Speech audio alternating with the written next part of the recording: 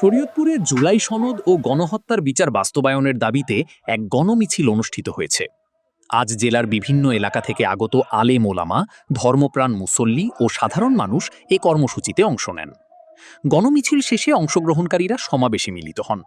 সেখানে বক্তারা বলেন, জুলাই সনদ দ্রুত বাস্তবায়ন এবং গণহত্যার ঘটনায় জড়িতদের সুষ্ঠু বিচার নিশ্চিত করতে হবে।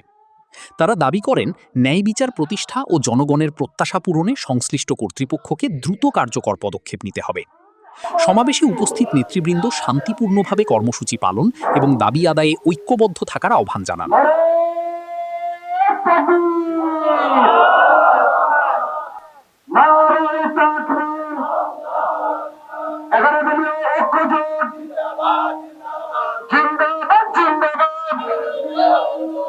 দলীয়করণ কাকে বলে?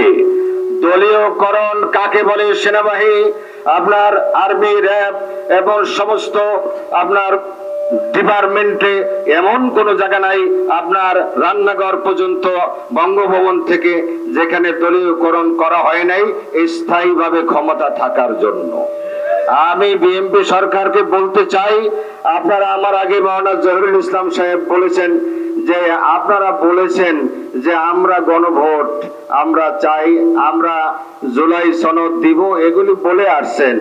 এখন কেমন যেন আপনাদের কথার থেকে হঠাৎ করে রাজনৈতিক দুর্দশিতা কি পরিমাণ আছে এমন একটি কথা সালাউদ্দিন সাহেব আপনি বলতে পারলেন যে আমরা আসলে সই করছি, নির্বাচন কি দেয় না। এই জন্য এত বড় বেঈমানি, এত বড় বেঈমানি, যাদের উসিলায় বেগম খালেদা জিয়ার মুক্তি হলো, আজকে দেশের প্রধানমন্ত্রী জনাব তারেক রহমানের বিদেশ থেকে এসে প্রধানমন্ত্রী হলেন, ফাঁসির আসামিরা তারা বেঁচে ওবেন, তারা চলাফেরা করতেছেন।